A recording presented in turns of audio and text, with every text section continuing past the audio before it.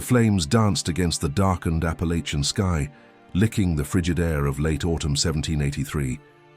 Governor Gay watched the fire with eyes that no longer belonged to his Cherokee village, marked by the scar that crossed his forehead like a river of pain. The burned mark on his skin was not merely a wound, it was the symbol of his disgrace, carved by the tribal council after the death of his younger brother during a hunt he had led. The banishment still echoed in his ears like the last war song he would ever chant among his people. 3 moons had passed since he crossed the sacred boundaries of Chota for the final time, carrying only his bow, a flint knife, and the shame that now defined his existence. Winter approached with sharp claws, and he knew few men survived alone in the mountains during the season of death. His calloused hands adjusted the dry branches in the fire, watching sparks spiral upward to lose themselves among the stars. It was in these moments, when the fire reached its maximum strength, that she appeared. First as a dancing shadow among the flames, then as a face that haunted him with its melancholic beauty, and eyes that seemed to know his pain. The vision always began the same way. A young woman with hair black as night falling over bare shoulders, skin golden in the firelight, and lips that never smiled. She wore a leather dress worked with blue beads that reflected light like small lakes beneath moonlight. Her eyes carried familiar sadness, as if she too knew the weight of exile. Gvenage reached toward the flames, trying to touch the face that visited him every night. His fingers met only the biting heat of fire, but the image persisted, watching him with intensity that made his heart race. She moved her lips as if whispering words he could not hear, and her eyes shone with tears that never fell. The wood cracked loudly, breaking the spell. The face disappeared among the sparks, leaving only emptiness of solitude and distant howling of wolves in the mountains. Gvenage closed his eyes, pressing his palm against the scar on his forehead. Even banished, even cursed, he still dreamed of love, a love that perhaps existed only in his tortured imagination. The night's cold penetrated his bare-skin blanket, reminding him he needed to find more resistant shelter before the first snow fell. But as he stirred the embers to maintain heat, his thoughts remained trapped by the woman of fire, wondering if he would ever find peace or if he was destined to wander eternally among mountains, pursued by visions and the mark of his own disgrace. The first snowfall arrived 2 weeks later, covering the Appalachian peaks with a white mantle that transformed the world into a silent cemetery. Gvenage had found refuge in a cave protected by overhanging rocks, where he built a small stone altar to honor his brother Mvdogi's spirit. His dried meat reserves dwindled rapidly, and hunting became scarcer each passing day. He had set rabbit traps along known trails, but animals seemed to have vanished with winter's arrival. His solitary footprints marked fresh snow as he checked each empty trap, stomach contracted by hunger, beginning to weaken his muscles. Survival required more than skill, it required luck, and he knew his luck had run out the day Mvdogi fell from the cliff. During long freezing nights when wind howled through cave cracks, Gvenage fed small fires and awaited her arrival. The flame woman appeared more frequently now, as if cold and solitude brought her closer to his world. Her eyes seemed sadder, and he noticed for the first time marks on her arms, thin scars suggesting her own suffering. One night, while storm raged outside, she appeared different. Her lips moved clearly, and he could distinguish a single word, Hiawassee, the name of the river running between mountains, 3 days, walk south. Gvenage felt his heart race. Could it be possible she was not merely a creation of his tormented mind, that she truly existed somewhere near the sacred river? The revelation brought dangerous hope. He knew traveling during winter meant almost certain death, especially in his weakened state. But the alternative, remaining in the cave until hunger or madness took him, was no better. The flame woman had become his only connection to something beyond pain and guilt he carried. In following mornings, Gvenage began preparing for the journey. He strengthened his boots with leather strips, sharpened his knife blade, and collected all dry wood he could find. He knew he would need fires along the way, not just for warmth, but to see her again. She had become his compass in a world that no longer made sense. On the last night in the cave, she appeared clearer than ever. Her eyes met his through flames, and for the first time, he saw something beyond sadness in her gaze. There was recognition, as if she too was searching for him. Guvnage reached out again, and for an impossible moment, he felt she too extended her hand toward him, separated only by flames that connected them across distance and time. The southward journey began before dawn, with Guvnage leaving deep footprints in knee-high snow.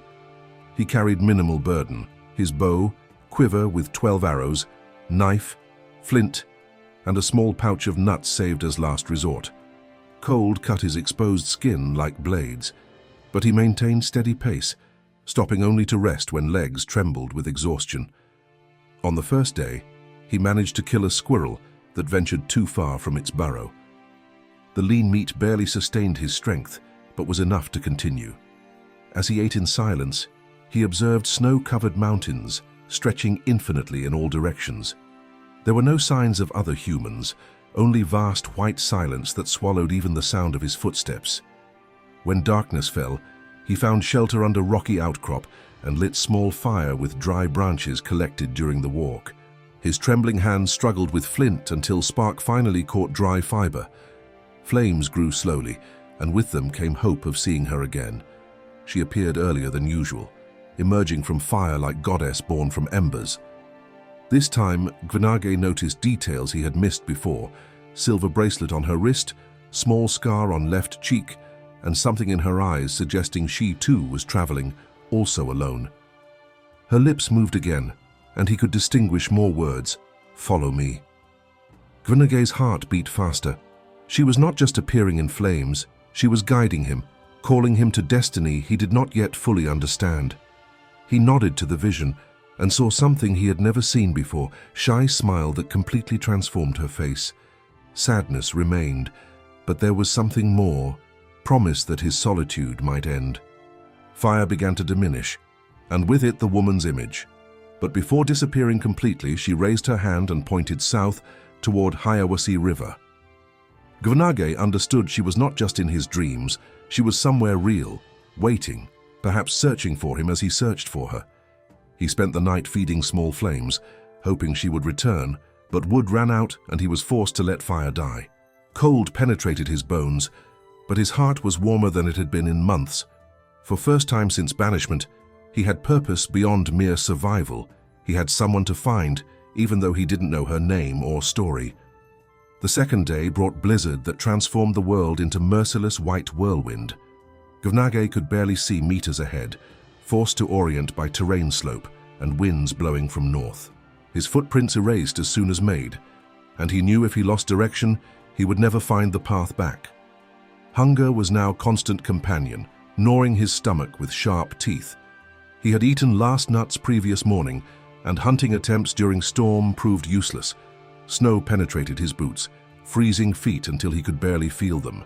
Each step was battle against desire to simply lie in snow and let cold take his pain forever. When sun finally set, he found shelter behind pine group offering some protection against cutting wind. His hands were so numb it took almost an hour to light fire, and even then, flames struggled against snowflakes continuing to fall. He huddled as close as possible to fire, trembling violently while trying to warm his nearly frozen body. She appeared weaker this time, as if storm affected her too. Her pale face floated in trembling flames, and Guvnage saw concern in her eyes. She seemed trying to tell him something important, moving lips urgently, but wind carried away any sound she might make. He leaned closer to fire, ignoring heat burning his skin already wounded by cold. "I'm coming," he murmured to flames, voice hoarse and broken. "Ois, don't give up on me." The woman seemed to hear him, for her eyes filled with tears shining like diamonds in firelight. She reached toward him, and this time Guvnage was certain he could almost feel warmth of her fingers through flames. Vision lasted only minutes before wind gusts scattered embers and nearly extinguished fire. Guvnage fought to revive it, feeding with last dry branches he had managed to find. When flames stabilized again, she had disappeared, leaving only night's emptiness and storm's relentless sound. He spent night awake, feeding fire with pieces of his own leather shirt when wood ran out. Leather burned with acrid smell, but produced enough heat to keep him alive. As he watched fragments of his clothing turn to ash, Guvnage wondered if he would reach Hiawassee River alive. and if she would be there waiting when he finally arrived. Storm ceased on third morning, revealing world transformed into white crystal stretching as far as eye could see. Givnagi emerged from makeshift shelter like spectre, lips blue and eyes sunken from hunger and exhaustion. His leather shirt, partially burned to feed fire, hung in tatters over torso marked by old battle scars and new mark of disgrace. Sun reflected off snow with blinding intensity, forcing him to walk with half-closed eyes. Each step sank deeply into fresh snow, demanding effort his weakened muscles could barely sustain. He stopped several times to rest, leaning against trees and rocks while fighting dizziness waves threatening to bring him down. Around midday, he heard something that made his heart race. Distant sound of running water. Hiawassee River was not yet completely frozen, its dark waters winding between snow-covered banks. Givnagi stumbled toward sound, renewing strength with hope his journey was finally nearing end. When he finally spotted river, he also saw something more. Thin column of smoke rising among trees on opposite bank. Someone else was there, somehow surviving merciless winter. His heart raced with possibility it might be her, flame woman who had guided his steps through storm and solitude. He followed river almost 2 hours before finding place where he could cross. Waters ran fast and icy, reaching his waist when he ventured into crossing. Cold water penetrated his bones like daggers, and he had to fight current, threatening to drag him to depths. When finally reached opposite bankway, he was trembling so violently he could barely stand. Smoke came from small clearing where someone had built ingenious shelter against rock wall. Givnagi approached cautiously, hand instinctively seeking knife at his belt. But when he saw who sat by fire, his breathing stopped completely. It was her, the flame woman, real and tangible, with same black hair, same golden skin, same sad eyes that had haunted him so many nights. She was alone, wearing bearskin coat seeming too large for her delicate body. When their eyes met across clearing, both remained motionless for a moment that seemed to last eternity. Yvonne rose slowly, eyes never leaving face of man who appeared like apparition among trees. She immediately recognized scar on his forehead, same mark she had seen countless times reflected in flames of her own fire. Her lips parted in surprise, but no sound emerged. She too had dreamed of him, night after night, during long months of exile.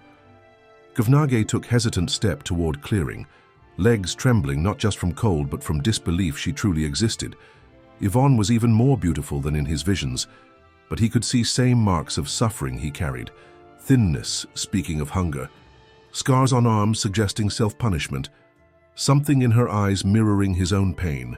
She had been banished from her Creek village 6 months earlier, accused of bringing bad luck after death of several children from fever that came shortly after her return from herb-gathering journey.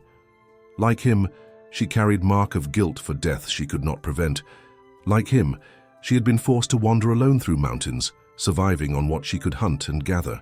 When Givnagi finally reached near fire, he collapsed to knees in snow, strength finally exhausted. Yvonne moved quickly, helping him approach flames and wrapping him with rabbit fur that had been her only blanket. Her hands touched gently scar on his forehead, and he closed eyes, feeling for first time in months human touch carrying no condemnation. She brought him small piece of dried meat and handful of nuts, watching him eat with voracity of man who had walked edge of death. Yvonne did not speak. She had lost gift of speech after banishment, as if words had frozen in throat along with ability to trust, but her eyes said everything needing to be said. When he finished eating, she showed him traps she had built and small food reserves she had managed to accumulate. Working together in silence, they strengthened shelter against wind and organized their few possessions. There was no need for words. Both understood they had found something more valuable than food or warmth. Night fell quickly, and they sat side by side before fire, watching flames that had been their only connection during so many months of separation. For first time, flames showed them no visions of each other. There was no longer need. They had found each other in real world, two exiles united by shared pain and hope neither had dared name. Days that followed flowed like gentle river after storm. Givnagi and Yvonne developed silent but efficient routine, each complementing others' skills in daily struggle for survival. He was better at hunting, managing to bring down small animals with bow when they ventured far from burrows. She knew plants and roots remaining nutritious even under snow, knew how to prepare medicines from bark and dried leaves. Their bodies began recovering from extreme hunger, but more importantly, their souls began healing wounds that had bled for months. They communicated through glances, gestures, gentle touches, developing own language transcending words. When he returned from successful hunt, she smiled, shy smile illuminating her face and warming his heart more than any campfire. Nights were theirs. Wrapped in animal skins, they lay side by side before fire, watching stars through opening in shelter roof. Guvnagay counted constellations his father had taught him, pointing to patterns guiding travelers through seasons.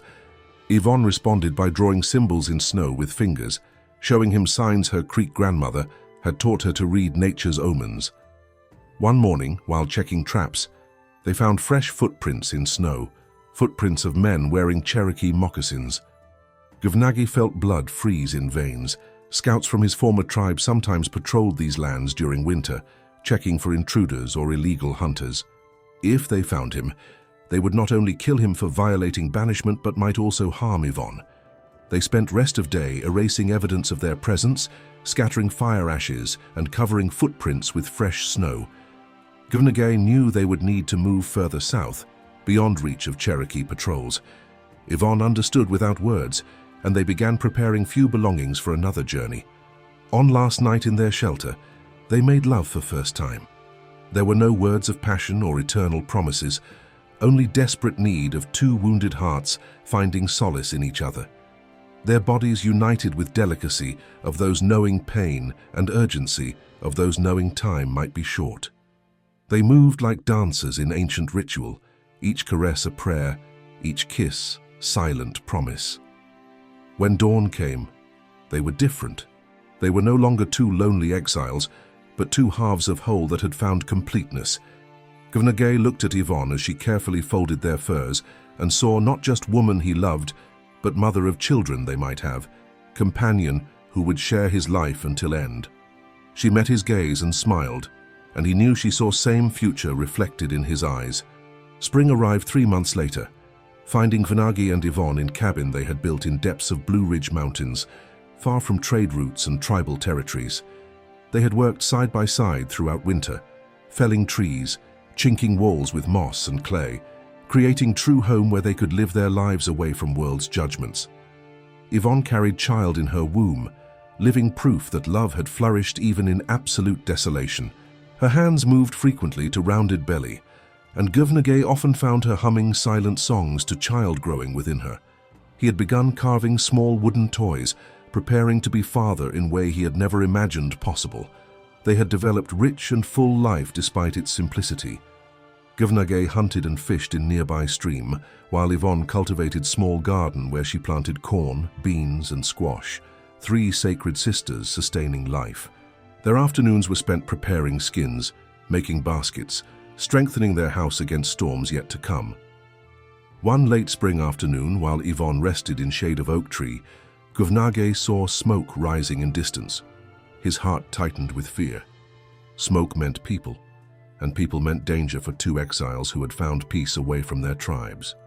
He took his bow and followed direction of smoke, prepared to defend his new family if necessary. What he found surprised him. Group of Cherokee and Creek traders had camped near stream, apparently on peace mission to establish new trade routes.